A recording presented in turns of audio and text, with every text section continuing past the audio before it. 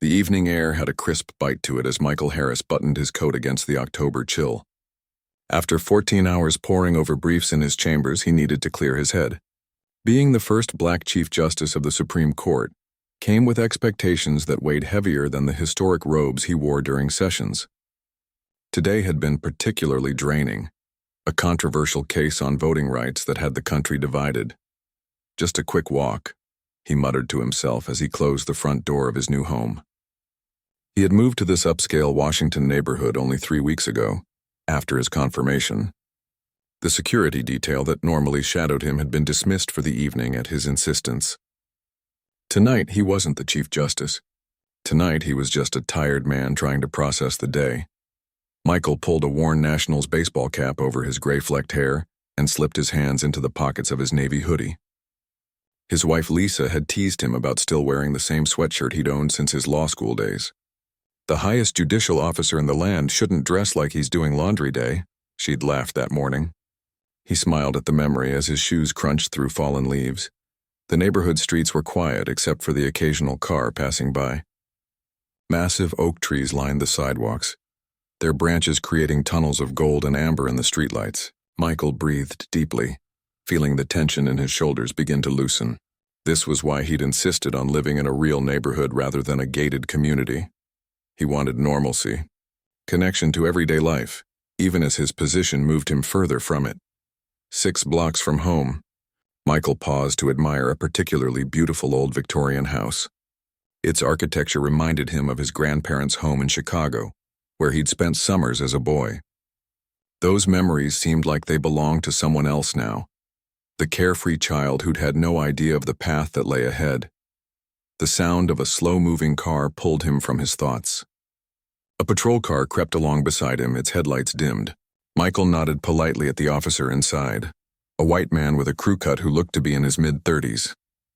The officer didn't return the greeting. Instead, he watched Michael with narrowed eyes before speaking into his radio. Michael continued walking, quickening his pace slightly. In his 62 years, he'd been in this situation countless times. Being watched followed suspected. His position hadn't changed that fundamental reality. Even as Chief Justice, he was still a black man walking alone at night in an affluent neighborhood. The patrol car pulled ahead and stopped at the corner. Officer Thomas Wilson, as his nameplate would later reveal, stepped out and positioned himself on the sidewalk where Michael would have to pass. "Evening," Michael said, his voice calm and measured. He moved to walk around the officer. "Hold up there, sir." The officer's hand moved to rest on his holster, not drawing his weapon, but making its presence known. "Mind if I ask what you're doing in this area tonight?" Michael stopped, maintaining a careful distance. "Just taking a walk. I live nearby." Officer Wilson's eyes traveled over Michael's casual clothes, lingering on his hoodie and worn sneakers. "Got some ID on you?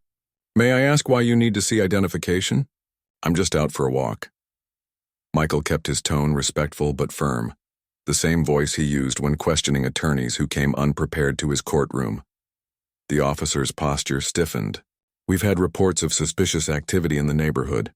Several break-ins last month." He took a step closer. "So again, I'm going to need to see some ID." Michael knew the drill. He'd been giving the talk to his own son and now his grandsons about interactions with police. "Stay calm, don't make sudden movements. Keep your hands visible. Comply now, complain later if necessary." The advice felt bitter in his throat even as he prepared to follow it himself. "My wallet is in my back pocket," Michael said, moving his hand slowly. "I'm going to reach for it now." The officer nodded, watching intently as Michael carefully extracted his wallet. A car drove by, slowing as the driver noticed the scene unfolding on the sidewalk. Michael felt a familiar mixture of emotions, frustration, resignation, and a deep, burning sense of injustice that never seemed to fade no matter how far he'd come in life.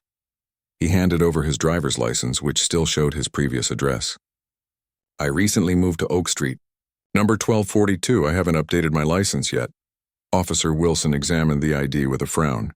The name clearly didn't register with him. "This address is across town. As I mentioned, I recently moved. About 3 weeks ago." The officer looked skeptical. He reached for the radio on his shoulder. "I'm going to need to verify that." A dog barked in the distance, and somewhere a car door slammed. The neighborhood was quiet enough that these small sounds carried. Michael glanced at his watch.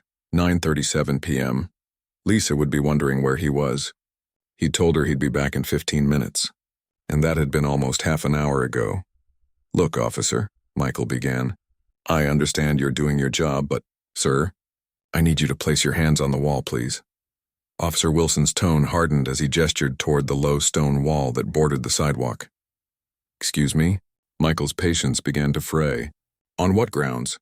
"Do it now, sir." The officer's hand moved to his gun, unsnapping the holster. "Hands on the wall, feet back, spread 'em." Michael felt a rush of adrenaline.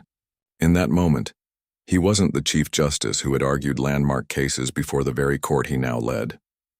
He wasn't the man whose opinions would be studied in law schools for generations. He was simply a suspect, a threat, a problem to be controlled. With deliberate slowness, he placed his hands on the cold stone. "Officer, I want to be clear that I'm complying under protest. There's no legal basis for this detention." "I'll determine that," Wilson replied, pulling Michael's wallet from his hand and reopening it. He began to search through the other cards in the wallet, pulling out Michael's Supreme Court identification that had been behind his driver's license. The officer froze as he stared at the ID card. His face, illuminated by the streetlight, showed a cascade of emotions: confusion, disbelief, and then something that looked like fear. You're Chief Justice Harris?" His voice had lost its authoritative edge. "Yes, I am." Michael kept his hands on the wall, his back to the officer. "May I turn around now?" "Yes, sir." "Of course." Officer Wilson took a step back, his hand dropping away from his weapon. Michael turned slowly, straightening his jacket with as much dignity as he could muster. His heart was still pounding, but years of courtroom discipline kept his expression neutral.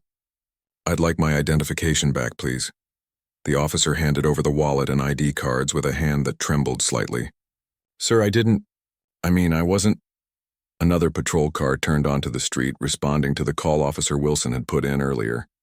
Michael watched as the second car pulled up behind the first. The situation was about to get more complicated. "I apologize for the misunderstanding," Wilson said, finding his voice again. "We've had several reports of suspicious persons in the area and I fit the description?" Michael asked quietly. The officer didn't answer, which was answer enough. The second patrol car parked and an older officer stepped out. A woman with gray hair pulled back in a tight bun. She approached with a questioning look at her colleague. "Everything okay here, Wilson?" Officer Wilson's face had flushed red. "Yes, Lieutenant. Just a misunderstanding." He lowered his voice, but not enough. "It's Chief Justice Harris." The lieutenant's eyes widened as she turned to look at Michael. Recognition dawned immediately. Unlike her younger colleague, she knew exactly who he was. "Chief Justice Harris!" "I'm so sorry for any inconvenience." She shot a stern look at Officer Wilson. "I hope my officer has been respectful." Michael considered his response carefully. This moment, like so many in his life, felt larger than himself. What he said next would matter not just for him, but potentially for countless others who found themselves in similar situations without the shield of his title. "We were just discussing community policing approaches, Lieutenant," he said finally. "Officer Wilson and I have different perspectives on reasonable suspicion." The lieutenant looked mortified. "Sir, if there's anything we can do—" "Actually," Michael interrupted gently, "I'd like to finish my walk and get home to my wife." "She'll be worried." He checked his watch again. "Perhaps another time we could have a more in-depth conversation about Fourth Amendment protections in practice versus theory." The officers stepped aside, both looking uncomfortable. Michael nodded to them and continued on his way, feeling their eyes on his back as he walked. He waited until he'd turned the corner before allowing his carefully maintained expression to fall. His hands were shaking now, the delayed reaction setting in. For a brief, terrifying moment, he had seen his life hang in the balance. One wrong move, one misinterpreted gesture. Michael took a deep breath of the night air. Tomorrow he would put on his robes and take his place at the center of the highest court in the land. Tomorrow he would shape the interpretation of laws that were meant to protect everyone equally. But tonight, walking home under the canopy of autumn leaves, he was reminded that justice, true justice, remained as elusive as ever, even for the man charged with being its highest guardian. Michael had only walked half a block when he heard footsteps behind him. He turned to find Officer Wilson jogging to catch up, his face set with determination. The lieutenant was still by the patrol cars, speaking rapidly into her radio. "Chief Justice Harris," Wilson called out. "I need another minute of your time, sir." Michael stopped, a weariness settling over him that had nothing to do with the late hour. "Yes, officer? My lieutenant wants to verify your address. Department protocol." Wilson's tone had changed, less aggressive now, but there was something defensive in his stance. Pride wounded, perhaps. "You understand we have procedures we need to follow, even when those procedures have already determined I've done nothing wrong?" Michael asked quietly. Wilson's jaw tightened. "Sir, with all due respect, we don't know that yet. You still haven't provided proof of residence at the address you claimed." The conversation was drawing attention. A middle-aged couple walking their golden retriever slowed their pace, watching the interaction with undisguised curiosity. From a nearby house, a porch light flicked on and a face appeared in the window. "I don't carry my mortgage papers during evening walks, Officer Wilson." Michael kept his voice level. "But I do have a house key." He reached slowly toward his pocket. "Keep your hands where I can see them." Wilson's voice rose sharply, and in one fluid motion his gun was drawn and pointed at Michael's chest. Time seemed to slow. The couple with the dog froze. The golden retriever barked once, the sound echoing down the quiet street. From somewhere, Michael heard a woman gasp. "My identification is in your possession, officer," Michael said, his eyes fixed on the barrel of the gun. His heart hammered against his ribs, but decades of courtroom discipline kept his voice steady. "You've confirmed who I am. I'm simply reaching for my house key to prove my residence as you requested." Sweat beaded on Wilson's forehead despite the cool evening. "Do it slowly," he ordered. Very slowly. Michael reached into his pocket with exaggerated care and produced a key ring. "This is my house key, for 1242 Oak Street. The blue Colonial 3 blocks from here." Wilson didn't lower his weapon. "Turn around and place your hands on your head."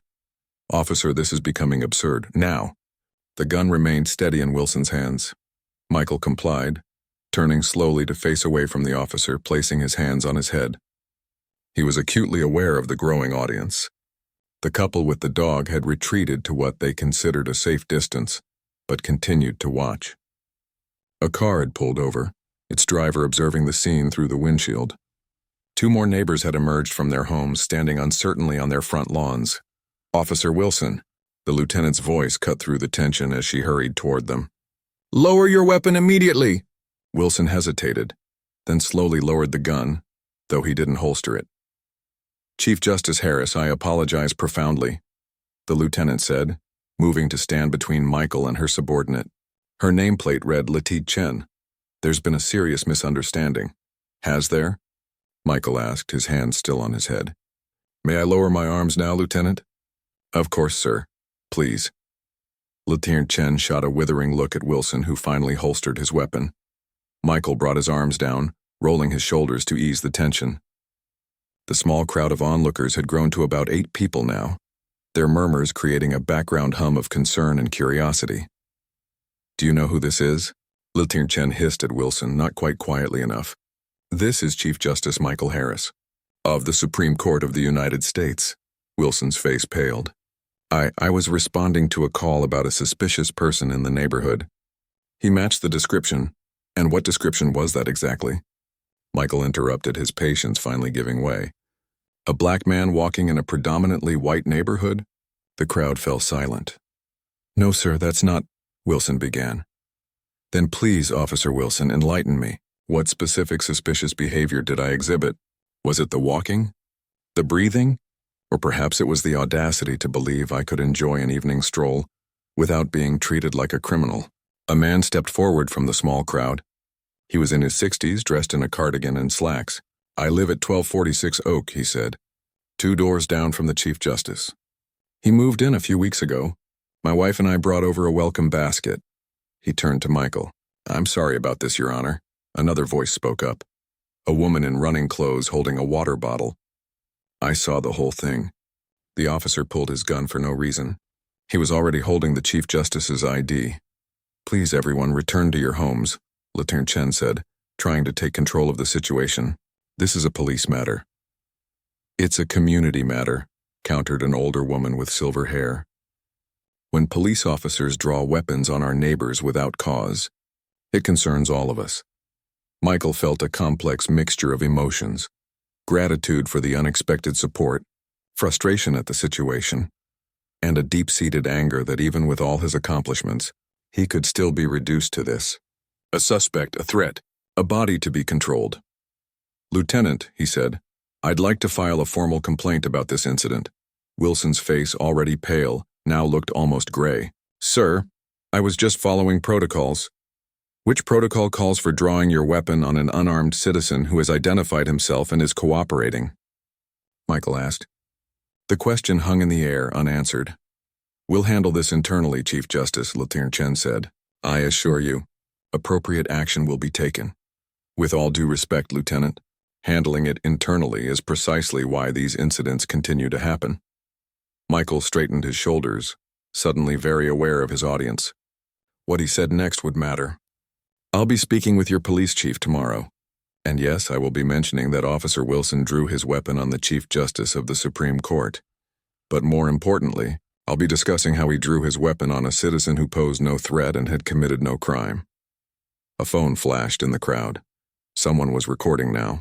Michael noticed but continued. "The Constitution that I've sworn to uphold protects all citizens from unreasonable searches and seizures. What happened here tonight was textbook unreasonable." He turned to address Wilson directly. "Your actions weren't just an affront to me personally, officer. They were an affront to the principles that govern our nation." Wilson's gaze dropped to the ground. He seemed to have shrunk inside his uniform. Chen stepped closer, lowering her voice. "Sir, I understand you're upset and you have every right to be. But perhaps we could discuss this somewhere more private." Michael glanced around at the gathered neighbors, many of whom were now recording the interaction on their phones. In the age of social media, he knew this incident would be public within hours, if not minutes. Part of him wanted to retreat, to handle this quietly as the lieutenant suggested. It would certainly be more politically expedient. But another part, the part that remembered being a young law student followed around department stores, the part that had taught his son how to move carefully during traffic stops, the part that still sometimes caught store security tracking his movements even now. That part knew that privacy served power, not justice. "I think enough has happened in private already, Lieutenant," he said. "Sunlight is the best disinfectant, as Justice Brandeis once wrote." A police sergeant arrived on the scene, a short, stocky man with a buzz cut who took in the situation with a quick glance. He hurried over to Lieutenant Chen, whispering urgently in her ear. Her eyes widened. "Chief Justice Harris," the sergeant said, stepping forward and extending his hand. "I'm Sergeant Rodriguez. I'm so sorry about this incident. We've verified your address through our database. You're free to go, of course." "Free to go," Michael repeated, the phrase bitter on his tongue, as if I was ever legitimately detained in the first place. Rodriguez had the grace to look embarrassed. "Sir, on behalf of the department—" "Save it," Michael cut him off. "I've heard enough apologies tonight. What I want is accountability." He looked pointedly at Officer Wilson, who still wouldn't meet his gaze. "And change." The crowd had grown to about 15 people now, a mix of neighbors and passers-by drawn by the commotion. They formed a loose semicircle, witnessing this collision of power and prejudice playing out on their quiet street. Michael checked his watch. Nearly 10:30 now. Lisa would be worried sick. "I'm going home to my wife," he announced. "She's waiting for me." "We can provide you an escort, sir," Sergeant Rodriguez offered. "No, thank you," Michael replied firmly. "I think I've had quite enough police attention for one evening." As he turned to leave, an older black man stepped out from the crowd and fell into step beside him. "I'll walk with you if that's all right," the man said quietly. "My name's David. I live on Maple, just around the corner."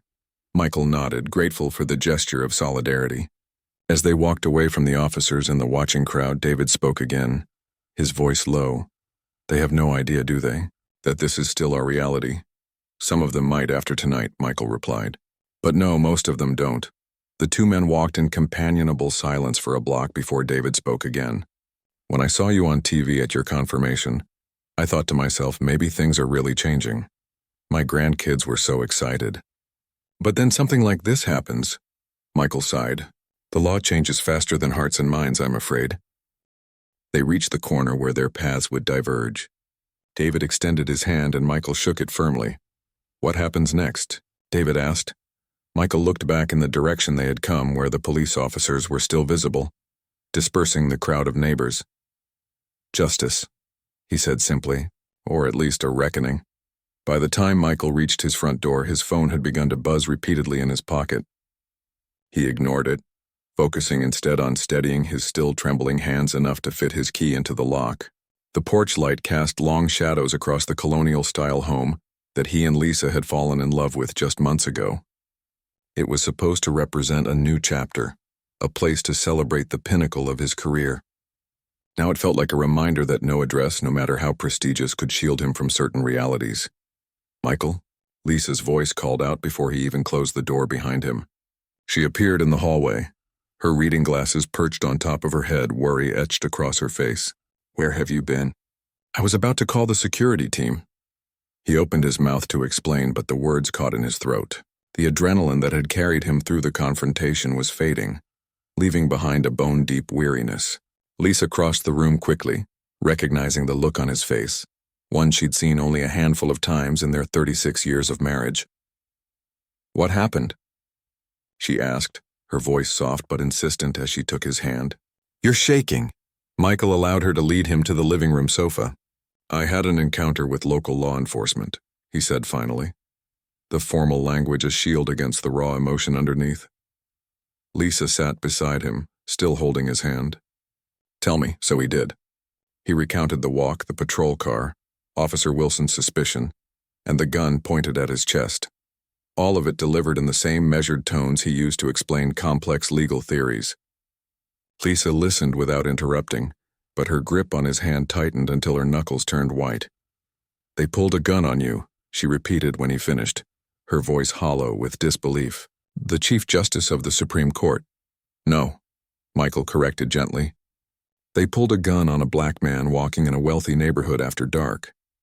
The fact that I'm the Chief Justice just makes it newsworthy." His phone buzzed again, more insistently this time. With a sigh, he pulled it from his pocket and glanced at the screen. 27 missed calls, 43 text messages, dozens of news alerts. "It's already out," he said, showing Lisa the screen. The most recent notification read, "Breaking, Chief Justice Harris allegedly detained at gunpoint by D.C. police." Lisa took the phone from his hand and placed it face down on the coffee table. "You need to call Richard," she said, referring to the court's public affairs director. "And probably the president. But first you need to breathe." Michael closed his eyes, suddenly aware that he had been holding his breath. He inhaled deeply, then exhaled slowly, feeling the tightness in his chest begin to loosen.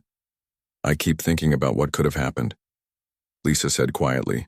"If you had moved too quickly, if you had reached for your ID before explaining, if Wilson had been more trigger-happy." "I know," Michael replied. The same thoughts had been circling in his own mind. "But that's not what happened." "This time," Lisa added, the words hanging heavy between them. The doorbell rang, startling them both. Through the frosted glass panels beside the front door, they could see the silhouettes of several people standing on their porch. "That'll be reporters," Michael said with a grimace, "or possibly the police commissioner coming to do damage control." Lisa stood, straightening her cardigan with a determined tug. "I'll handle it. You call Richard." While Lisa went to the door, Michael retreated to his home office, closing the door behind him. He dialed Richard's number from memory, and the public affairs director answered on the first ring. "Are you all right?" Richard asked immediately, skipping any greeting. "Physically, yes," Michael replied. "Mentally, I'm still processing." "It's everywhere, sir. Someone posted a video of the aftermath. You telling off those officers with the Constitution. It's been shared hundreds of thousands of times already." Richard's voice held a mixture of professional concern and personal admiration. "The White House has called 3 times, the Attorney General twice, and the D.C. Police Commissioner is apparently trying to reach you directly." Michael sank into his leather chair. "What are they saying?" "The news outlets? It's still developing, but the narrative is pretty clear. Respected black jurist racially profiled in his own neighborhood. The video is powerful, sir. You spoke about the Constitution and equal protection while a police officer who just pulled a gun on you stood there looking like he wanted the ground to swallow him whole." From the front of the house, Michael could hear Lisa's firm voice. "The Chief Justice has no comment at this time. Please respect our privacy. We need to get ahead of this," Richard continued. "I can have a statement prepared within the hour. Something measured but firm. We condemn the officer's actions while expressing continued faith in law enforcement as an institution. Michael frowned. That sounds very safe. Safe is good right now, Richard insisted. We don't want this to become a political football. The court's reputation is built on principles of justice and equal protection under the law, Michael interrupted. Principles that were violated tonight. A moment of silence stretched between them. What are you thinking, sir? Richard finally asked. I'm thinking that I have a unique platform, Michael said slowly, the idea forming as he spoke, and a responsibility to use it. Before Richard could respond, there was a soft knock at the office door. Lisa entered, her expression grim. Commissioner Taylor is here, she said, along with what looks like half the DC press corps camped at the end of our driveway. Michael nodded, making his decision. Tell the commissioner I'll see him. Just him, no entourage. And Richard, he added into the phone, hold off on that statement. I need to think. After ending the call, Michael took a moment to straighten his tie and smooth the wrinkles from his shirt. He caught a glimpse of himself in the office mirror, a dignified man with gray-streaked hair and tired eyes. For a fleeting second, he saw his father's face superimposed over his own, his father, who had marched in Selma, who had taught him that justice was something you had to fight for, not something you could simply expect. What would you do, Dad? He whispered to the reflection. Commissioner Taylor was waiting in the living room, hat in hand, looking deeply uncomfortable on the edge of the sofa. He rose quickly when Michael entered. Chief Justice Harris, he said, extending his hand. I cannot begin to express how profoundly sorry I am about tonight's incident. Michael shook the offered hand firmly. I appreciate you coming personally, Commissioner. Of course, sir. I've already placed Officer Wilson on administrative leave pending a full investigation. Taylor's words came out rehearsed, careful. The department condemns any form of racial profiling or excessive force. And yet it continues to happen, Michael observed. Taylor's carefully constructed expression faltered. Sir, I want you to know that this is not representative of our department's values or training. Isn't it? Michael moved to the window, looking out at the news vans now lining his street. Camera lights illuminated the night, creating an artificial day. Because this incident, as you call it, feels remarkably representative of something much larger than one officer's poor judgment. The department is committed to addressing any systemic issues.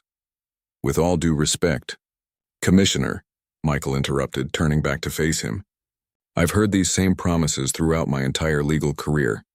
After Rodney King, after Trayvon Martin, after George Floyd, and yet here we are, with your officer pointing a gun at the Chief Justice of the Supreme Court for the crime of walking while black. Taylor had no response to that. I want access to your department's training materials, Michael continued. I want to see your use of force policies, your protocols for stops and searches, and your disciplinary records for the past 5 years. The commissioner's eyes widened. Sir, some of that information is going to become public one way or another, Michael finished for him. Either through proper channels or through the lawsuit I'm considering filing as a private citizen. A lawsuit? Taylor paled. Chief Justice, surely we can resolve this without what? Without accountability? Without transparency? Michael's voice remained calm, but there was steel beneath the surface. I stood on that sidewalk tonight with a gun pointed at my chest, Commissioner. A gun paid for by taxpayers, held by an officer sworn to protect and serve. So yes, I think some sunlight is long overdue. Lisa appeared in the doorway, her expression conveying a silent message. Michael nodded in understanding. The president is on the phone, she said aloud. Commissioner Taylor stood quickly. I should go. But please, Chief Justice, I hope we can work together on this. That's entirely up to you, Commissioner, Michael replied. The ball, as they say, is in your court. After Taylor left, Michael took the call in his office. The president's voice was concerned, political, measuring each word. A terrible misunderstanding, the president said. I've been briefed on the situation. The officer involved will face appropriate consequences. It wasn't a misunderstanding, Michael replied. It was the system working exactly as designed. A pause. Michael, I know you're upset and you have every right to be, but we need to be careful about the message we send here. And what message is that, Mr. President? That even the highest-ranking judge in the land can be treated like a criminal based on the color of his skin? Or that we'll continue to pretend this isn't happening every day to people who don't have my platform or privileges? The president sighed. You know I'm on your side here, but you also know the political realities. There are those who would use this to undermine the court's authority, to paint you as an activist rather than an impartial jurist. Michael thought of the gun pointed at his chest, the neighbors watching, the history of similar encounters with far worse endings. With respect, Mr. President, he said finally, there are moments when neutrality itself becomes a political position. This is one of them. As he hung up the phone, Michael felt a strange sense of clarity. Tomorrow he would put on his robes and take his place on the bench just as he had planned.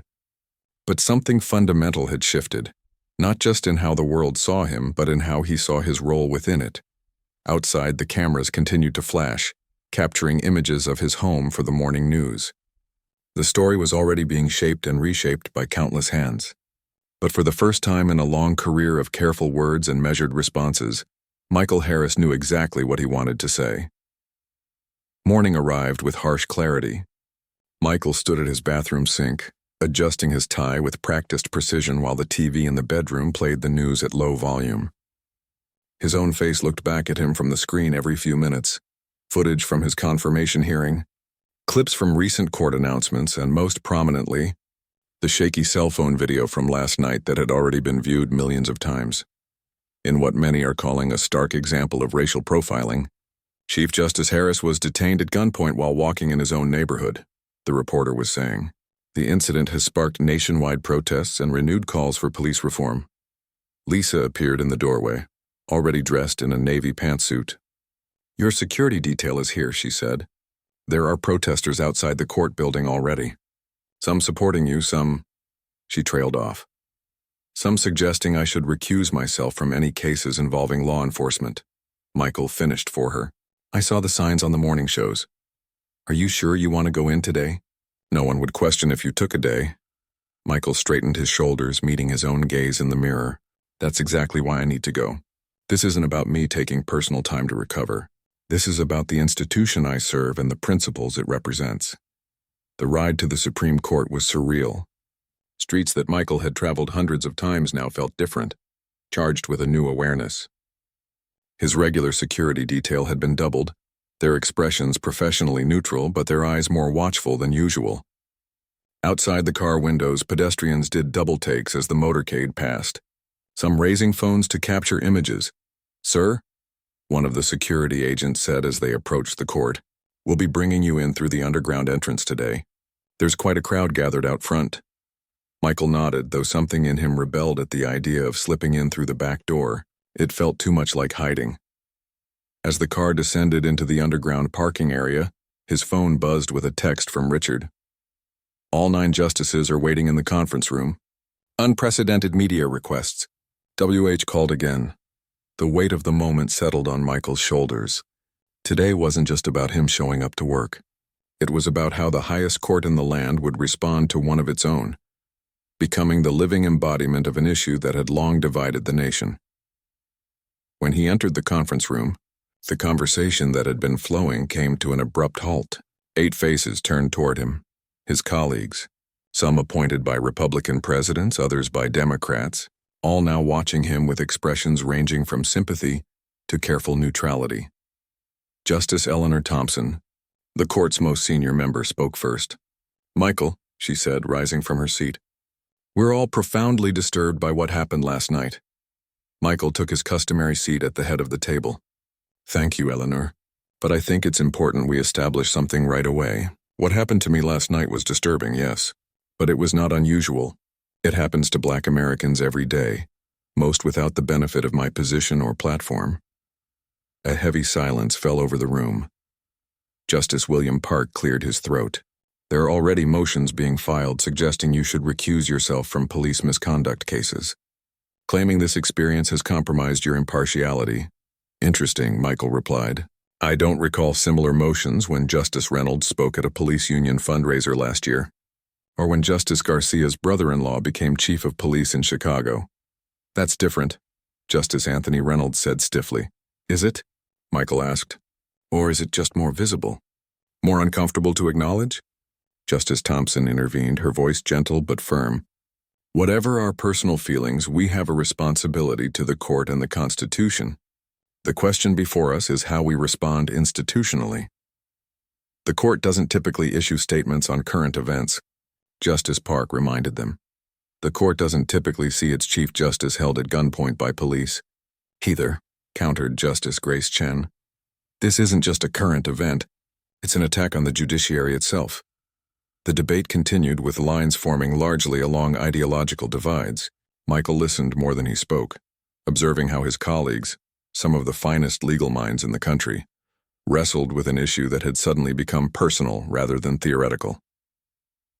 Finally, he raised his hand and the room fell silent. I appreciate everyone's concern, both for me personally and for the institution we serve, he said. But I think we're missing the larger point here. What happened last night isn't just about me or even about this court. It's about whether the principles we espouse in our decisions are actually reflected in the lived experiences of the people we serve. He looked around the table, meeting each pair of eyes in turn. I won't be recusing myself from cases involving police conduct or racial discrimination, not because I can't be impartial, but because my experience both last night and throughout my life gives me a perspective this court desperately needs. Just as Justice Garcia's experience as a prosecutor informs her understanding of criminal cases, or Justice Thompson's background in family law shapes her approach to those issues. Justice Reynolds frowned. The public may not see it that way. The public already doesn't see it that way, Michael replied. Half the country believes we're just politicians in robes, deciding cases based on personal preference rather than legal principle. Our job isn't to manage public perception. It's to interpret the law faithfully and fairly. As the meeting adjourned, Justice Chen lingered behind. What can we do? She asked simply. Michael appreciated the directness of her question. Listen, he said. Really listen to the arguments before us with fresh ears. Ask yourself if the legal theories we've accepted for decades actually deliver the equal justice they promise. Across town, Officer Thomas Wilson sat in his small apartment, staring at the TV with a sick feeling in his stomach. His face was everywhere, captured in that damning cell phone video, looking stunned and defensive as the Chief Justice of the Supreme Court lectured him about constitutional rights. His phone had been ringing nonstop. Friends, family, fellow officers, all wanting to know what happened, how he could have made such a catastrophic mistake. He hadn't answered any of them. What could he possibly say? The police union rep had called too, assuring him they would have his back and fight any disciplinary action. But even as the rep spoke about procedure and protocol, Wilson had heard the underlying message. Don't expect to keep your badge after this. His mind kept replaying the moment when he'd drawn his weapon. Had Harris really made a threatening movement? Or had Wilson just assumed the worst because of, what, training? Instinct? Something darker he didn't want to name? The door buzzer rang, startling him. On the security monitor, he saw two men in suits standing outside his building. One held up an FBI badge. Hours later, Michael stood in his chambers looking out the window at the protesters below. Signs bobbed in the crowd. Justice for all means all. No one is above the law, not even cops. If they'll pull a gun on the Chief Justice. There was another group too, smaller but vocal. Keep politics off the bench. Rule of law, not rule of feelings. Support our police. A knock at the door interrupted his thoughts. It was Richard, looking harried. Sir, Officer Wilson has been taken in for questioning by the FBI's Civil Rights Division. The Attorney General just called to give you a heads up. They're investigating this as a potential civil rights violation. Michael nodded slowly. And the body camera footage? Released about an hour ago. It's bad, sir. Worse than the cell phone video. You can clearly hear Wilson being told your identity by dispatch before he approaches you the second time. He knew exactly who you were when he drew his weapon. The revelation settled like a stone in Michael's stomach. Not because it was surprising, but because it confirmed what he had already suspected. This wasn't about mistaken identity at all. There's something else, Richard added hesitantly. We've received over 300 letters and emails from people sharing similar experiences. Black professionals, students, parents, all with stories about being profiled, detained, threatened. They're asking if you'll speak for them, be their voice. Michael turned back to the window, watching the two groups of protesters facing off across the plaza. Between them stood the stone steps of the Supreme Court, worn smooth by generations of Americans seeking justice. Draft a statement, he said finally. Not as Chief Justice, but as Michael Harris, private citizen. Make it clear that I'm speaking only for myself, not the court. What do you want it to say? Michael thought of his father who had marched at Selma, of his son who still got pulled over driving through certain neighborhoods despite the Harvard law degree on his office wall, of Officer Wilson who had seen a threat where there was none. Say that I believe in the Constitution and its promise of equal protection under the law, that I believe most officers serve honorably, but systems, even justice systems, can perpetuate injustice when we refuse to acknowledge their flaws. He paused. And say that I will use every legal means at my disposal, as both a jurist and a citizen, to ensure that what happened to me doesn't keep happening to others. Richard nodded and turned to go. One more thing, Michael added. Schedule a meeting with Officer Wilson. Richard looked startled. Are you sure that's wise given the pending investigation? No, Michael admitted, but it might be necessary. Sometimes justice requires more than punishment. Sometimes it requires understanding. As Richard left, Michael returned to the window. The sun was setting now, casting long shadows across the court plaza. The protesters remained, their signs illuminated by the golden hour light. Two Americas divided yet sharing the same space, the same history, the same uncertain future. Tomorrow he would put on his robes again and take his place on the bench. The cases would continue, the law would evolve, and the work of justice, imperfect, essential, would go on.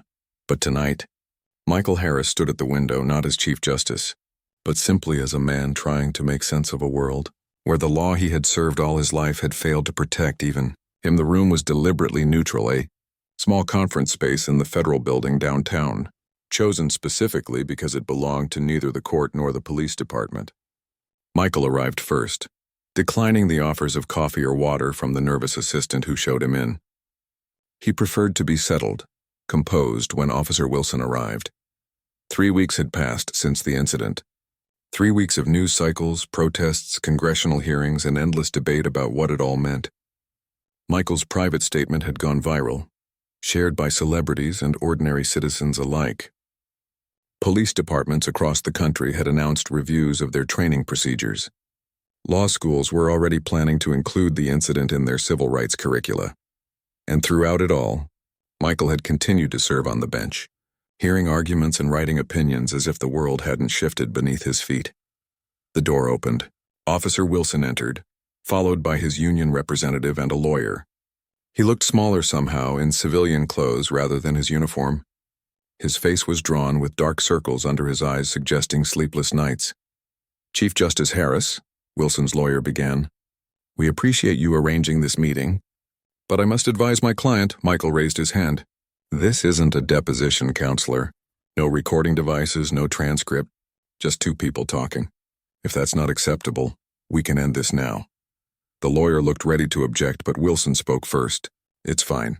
I want to hear what he has to say. His voice was quiet but firm. Michael gestured to the chairs across from him. Then please sit down. Wilson sat, his posture rigid. His lawyer and the union rep took seats slightly behind him, exchanging concerned glances. I'm not here to extract an apology, Michael began, or to threaten you with legal action. I simply want to understand. Wilson's jaw tightened. What's there to understand? I made a mistake. A huge one. My career is over, my reputation is destroyed, and I've become the poster child for everything wrong with policing in America. Is that how you see it? Michael asked. As just a mistake? What else would you call it? There was a defensive edge to Wilson's voice. Michael leaned forward slightly. I'd call it a moment that revealed something much larger than either of us. Something systemic. Wilson's eyes flashed. So I'm just a cog in the machine? No agency, no responsibility of my own? On the contrary, Michael replied calmly. You had all the agency in the world that night. You made choices, to follow me, to question me, to draw your weapon. But those choices didn't happen in a vacuum. A tense silence fell between them. Outside the window, the city continued its busy rhythm, unaware of the quiet confrontation taking place within these walls. Why did you draw your gun, Officer Wilson? Michael asked finally. Not what you told your superiors or what you wrote in your report. The truth. Wilson looked down at his hands. The union rep shifted uncomfortably but didn't interrupt. I was scared. Wilson admitted so quietly that Michael had to lean forward to hear him. Not of you specifically, just scared all the time. They train us to be vigilant, to see threats everywhere, to believe that any interaction could turn deadly in seconds. And did I do something threatening? Wilson shook his head slowly. No. You reached for your pocket after I'd already verified your ID. It was a reflex. A bad one. A trained one, Michael suggested. Wilson looked up, meeting Michael's gaze directly for the first time. Maybe, but that doesn't make it right. No, Michael agreed. It doesn't. Another silence stretched between them, less tense than before but heavy with unspoken thoughts. Can I ask you something? Wilson said finally. Why did you want to meet me? After everything that happened? Michael considered the question carefully. Because change doesn't happen in the abstract. It happens in moments like this, person to person, face to face. I'm not sure I understand. I could use my position to push for policy changes, new laws, court rulings, Michael explained. And I will. But if we never have these difficult conversations, if we never acknowledge the human element of what happened that night, then we're just rearranging furniture in a burning house. Wilson's lawyer cleared his throat. Chief Justice, with all due respect, what exactly are you looking for from my client today? Understanding, Michael replied simply. Not agreement, not absolution. Just understanding. The meeting continued for nearly an hour. They talked about Wilson's background, growing up in a small town, joining the force because his father and grandfather had been officers.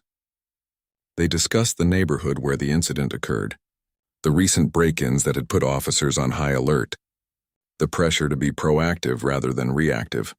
Michael shared, too, what it felt like to have a gun pointed at his chest, how he'd had the talk with his own son about police interactions, the weight of being both a symbol of justice and a target of suspicion.